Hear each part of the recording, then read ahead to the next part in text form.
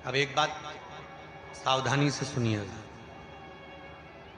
शायद शिव महापुराण के माध्यम से अभी तक ये बात सामने नहीं आई, पर शिव पंचायत कथा में आ रही है। जितने आस्था चैनल पर कथा सुन रहे हो, जितने फेसबुक और यूट्यूब पर सुन रहे हो, और जितने इस छत्तीसगढ़ की पावन धरा पर बैठकर सुन रहे हो, बहुत सावधानी से सुनना। एक प्रश्न हमारे भीतर खड़ा होता है, जब हम सूर्य नारायण भगवान को अर्घ देते हैं, जल चढ़ाते हैं, तो वो जल पृथ्वी पर जब गिरता है तो उसके छींटे हमारे शरीर पर लगते हैं। क्या वो ठीक है?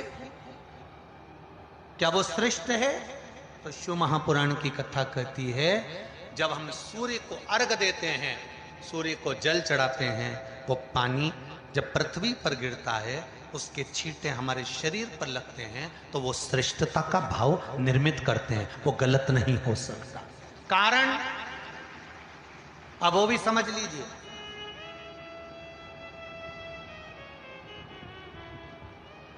अब सूर्य नारायण भगवान को आप जल चढ़ा रहे हो तो छींटे नहीं लगे, उसके लिए क्या स्टूल पे चढ़ के चढ़ाओगे कि कुर्सी पे चढ़ के चढ़ाओगे? अरे बोलो तो सही। अब कई लोगों के दिमाग में यह बात भरा गई कि हम भगवान को जल चढ़ाते हैं, वो हमारे शरीर में छींटे लगते हैं, जमीन पे से पानी गिरता है, वो हमारे शरीर को छींटे लगते हैं, भगवान को अच्छा नहीं लगता होगा। कौन ने कहा? पहले तो उसको पकड़ के लाओ।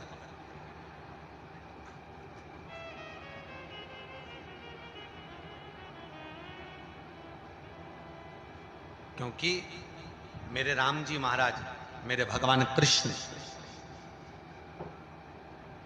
बड़े बड़े संत, साधु, सन्यासी, तपस्वी, साधक, उपासक जितने भी हुए, जिन्होंने सूर्य की आराधना करी, इन्होंने टेबल पे चढ़कर या कुर्सी पे चढ़कर जल नहीं चढ़ाया, इन्होंने पृथ्वी पर खड़े होकर ही, क्योंकि पृथ्वी तत्व के देव हैं Shiv.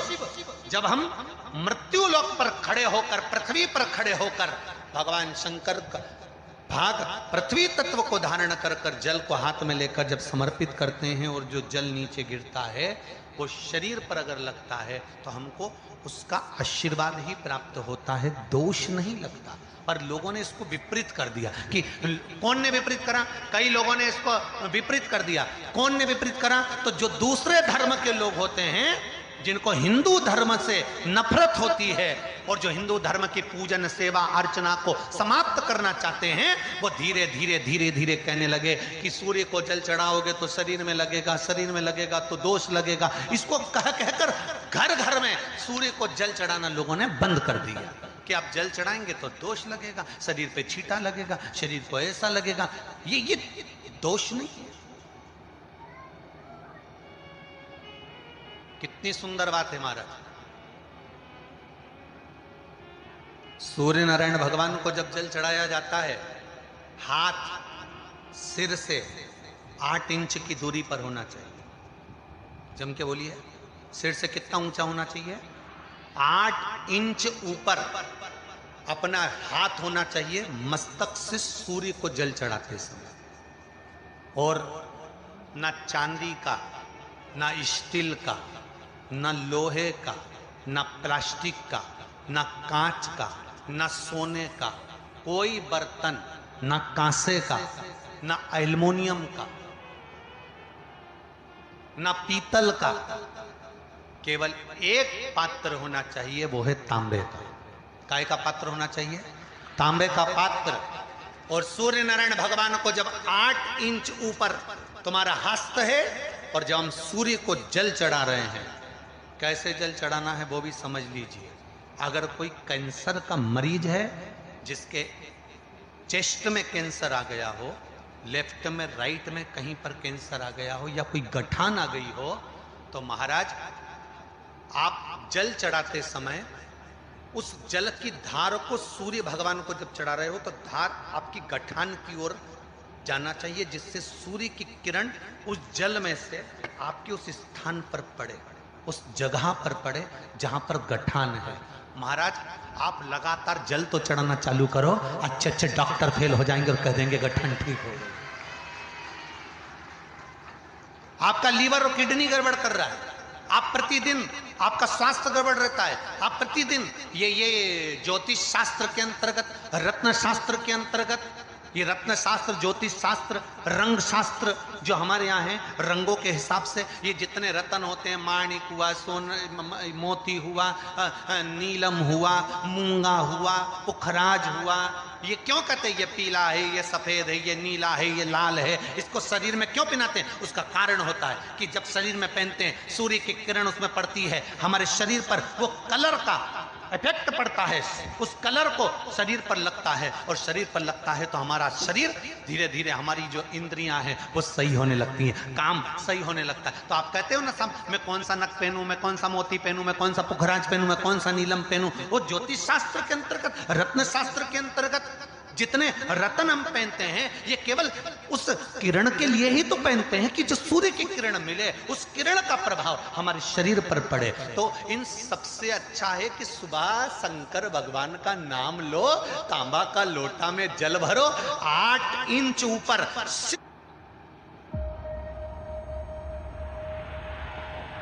It all started from here. सिर से हाथ होना चाहिए, और सूर्य नारायण भगवान का दर्शन साधारण नहीं, जो जल तुम चढ़ा रहे हो, वो जल की जो धार आ रही है उसमें सूर्य का दर्शन होना चाहिए, तो कैंसर की बीमारी कभी नहीं हो सकती। लीवर, किडनी, हार्ट, आपके हार्ट में अगर तकलीफ है, डॉक्टर ने कह दिया कि इसमें नस चोक है, आपको कहीं ना कहीं छल्ला डलेगा, आपको कह दिया इसमें कुछ ना कुछ प्रॉब्लम आ रही है, आप सूर्य को अर्घ देना चालू कर दो, सूर्य को जल चढ़ाना चालू कर दीजिए। आप सूर्य को जल चढ़ाओ, वो जल की जो तरंग आ रही है, वो जल जो निकल कर जा रहा है, उसकी जो किरण आपके हृदय पर, आपकी छाती पर पड़ रही है, नाड़ियों में पड़ रही है, नसों में पड़ रही है, उसका बल देखो तो सही। 1 महीना लगातार चढ़ाओ, तो 15 दिन 20 दिन कर तो देखो। क्यों राम जी महाराज जल चढ़ाते थे, क्यों भगवान कृष्ण जल चढ़ाते थे सूर्य को, क्यों दशरथ जी महाराज जल चढ़ाते थे, क्यों कश्यप ऋषि जल चढ़ाते थे सूर्य को, सारे 33 कोटि देवता, सारे ऋषिवर, साधु संत सन्यासी तपस्वी साधक उपासक सब भगवान सूर्य को अर्घ दिया करते थे। क्यों देते थे, किस लिए?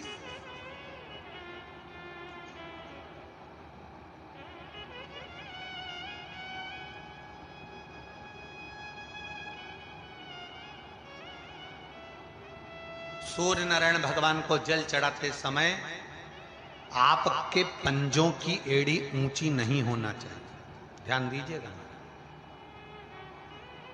आपका पंजा पांव का पूरा की पूरा जमा होना चाहिए भूमि पर।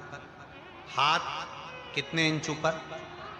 8 इंच ऊपर होना चाहिए। जल जो गिरे, सूर्य की किरण, सूर्य का दर्शन उस जल की रोशनी में करना चाहिए। क्या होगा उससे? जिस बच्चे को आंख में चश्मा लगा हो, मोटे से मोटा चश्मा लगा हो, छूट नहीं रहा हो, तो थोड़े दिन उसको सूर्य का अर्घ चढ़वाना चालू कर दो और जल में से सूर्य का दर्शन कराना चालू कर दो। सूर्य का दर्शन जल में से 2 महीना 2.5 महीना बहुत है, आंख की रोशनी बढ़ जाएगी, चश्मा हट जाएगा। आप कर देखिए। अब एक प्रश्न और खड़ा होता सूर्य को अर्घ देने। गुरुजी, पंचदेव पंचायत में सूर्य नारायण भगवान शंकर की पंचायत में हैं। सूर्य नारायण को हम फ्लैट में रहते हैं, हम फ्लैट के अंदर रहते हैं, तो हम फ्लैट में रहते हैं, हमारे यहाँ अगर छज्जा नहीं है, हमारे यहाँ जगह नहीं है, तो हम सूर्य को अर्घ कैसे दें? तो महाराज खिड़की तो होगी, अगर घर में फ्लैट में पानी ढुलेगा और आप लोग नहीं समेट सकते तो एक बाल्टी रख लो, एक पात्र रख लो, पर सूर्य नारायण भगवान को अर्घ देकर रोशनी शरीर पर पड़ना चाहिए। जिंदगी में कभी कोई बड़ी बीमारी नहीं आ सकती। कितने लोग देते हैं सूर्य को अर्घ? जरा हाथ उठाओ। बहुत बढ़िया, बहुत जोरदार। पुरुष लोग भी देते हैं ना, चाहे बच्चे से बच्चा, बच्चों के हाथ में भी 1 लोटा पानी पकड़ाओ। घर में छोटे बच्चे हो ना, उनको तांबे का लोटा दो, पानी दो, जा बाहर खड़े हो जा, 1 लोटा पानी चढ़ा के।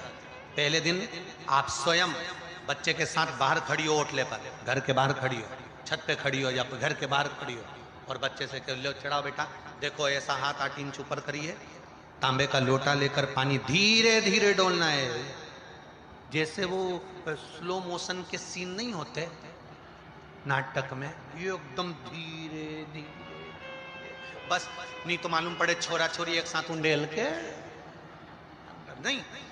जल चढ़ाते समय उस पानी में से सूर्य की किरण पड़ना चाहिए, सूर्य की।